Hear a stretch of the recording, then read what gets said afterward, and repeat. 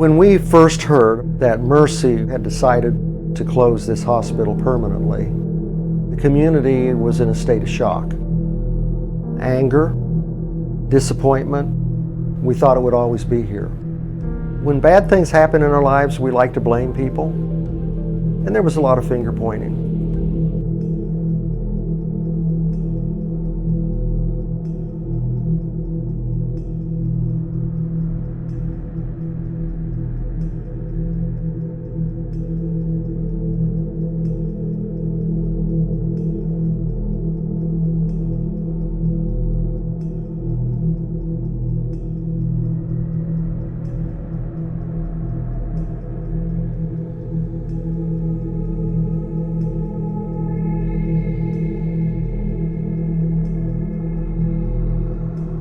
In rural towns across the U.S., hospitals are in crisis.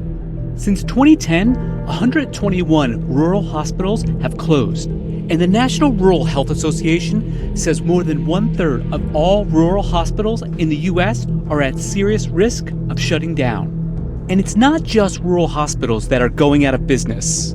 Several hospitals in urban areas, including Phoenix and Chicago, have shut down. One recent high-profile closure was in the heart of Philadelphia. Hahnemann Hospital was a 496-bed hospital, considered by many to be a lifeline for the city's neediest. But in September 2019, it shut its doors as it struggled with monthly losses of $3 to $5 million, according to news reports.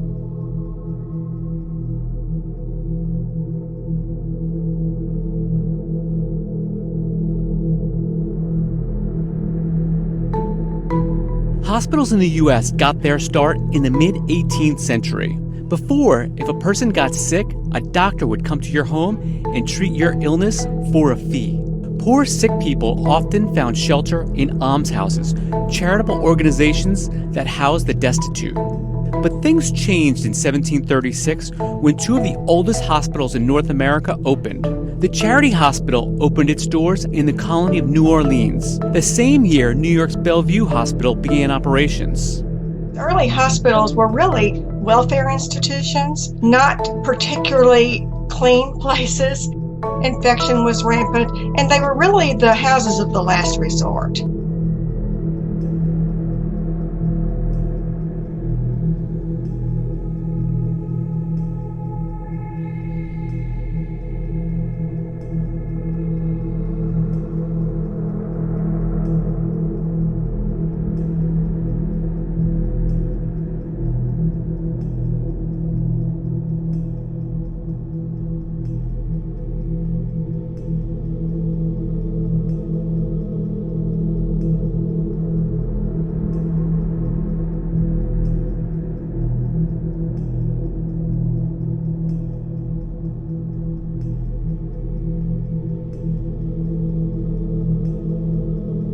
But it wasn't until after the Civil War that hospitals really took off in the U.S.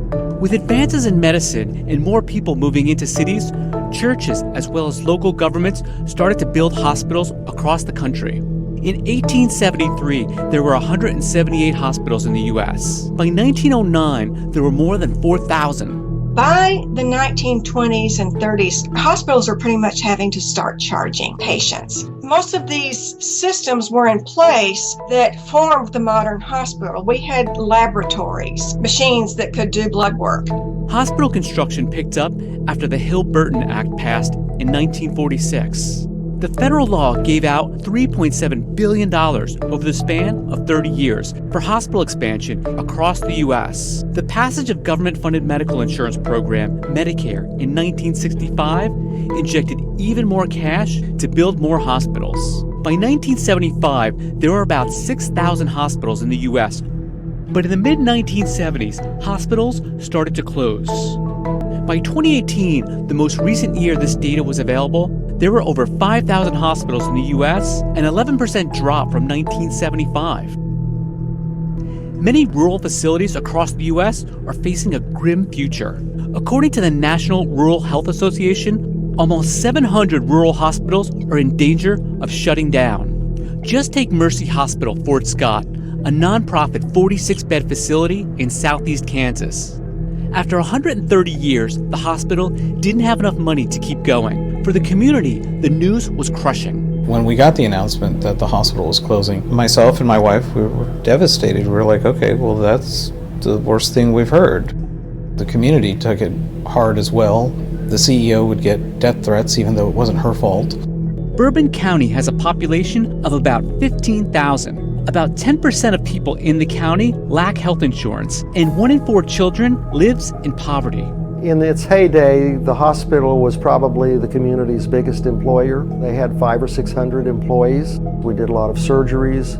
We attracted people from 50, 60, 70, 80, 100 miles away. And like a lot of struggling hospitals, the patients coming to Mercy Hospital, Fort Scott, had little or no insurance.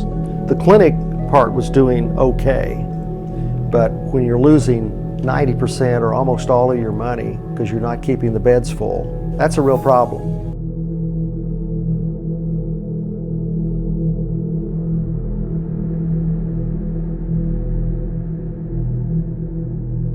Probably as recently as 5 years ago, there were maybe as many as 200 babies born here a year.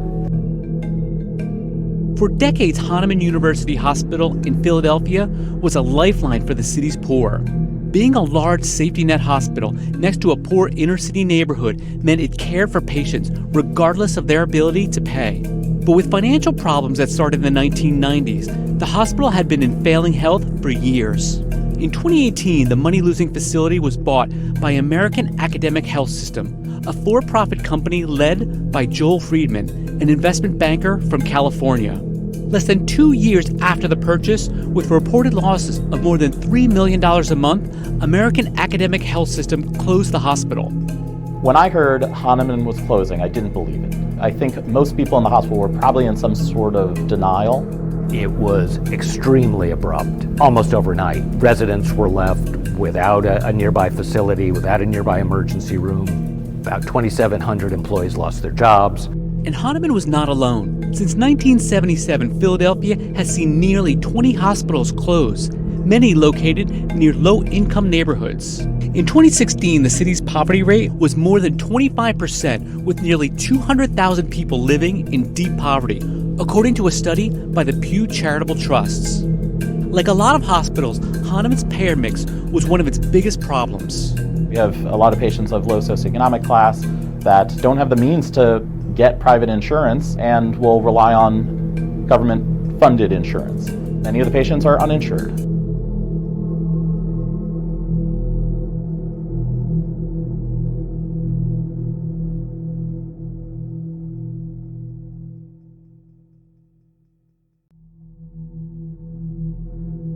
But what outraged many in the community? The owners placed the land beneath the hospital in a separate company that was not included in the bankruptcy filing. Everyone from nurses' unions to city officials began speculating that Hahnemann's owners may not have intended to save the hospital, but instead planned to sell the land to property developers.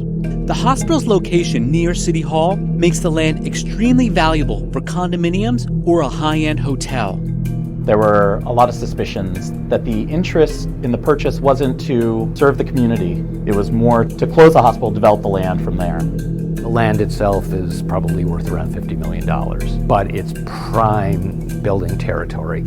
Others fear that if the plan succeeds, it could be a blueprint for private equity firms to buy and close other hospitals across the U.S. This is a model that we've seen in the retail sector, where the big legacy department stores can no longer operate, the stores go bankrupt and close, and the real estate becomes tremendously valuable for commercial development.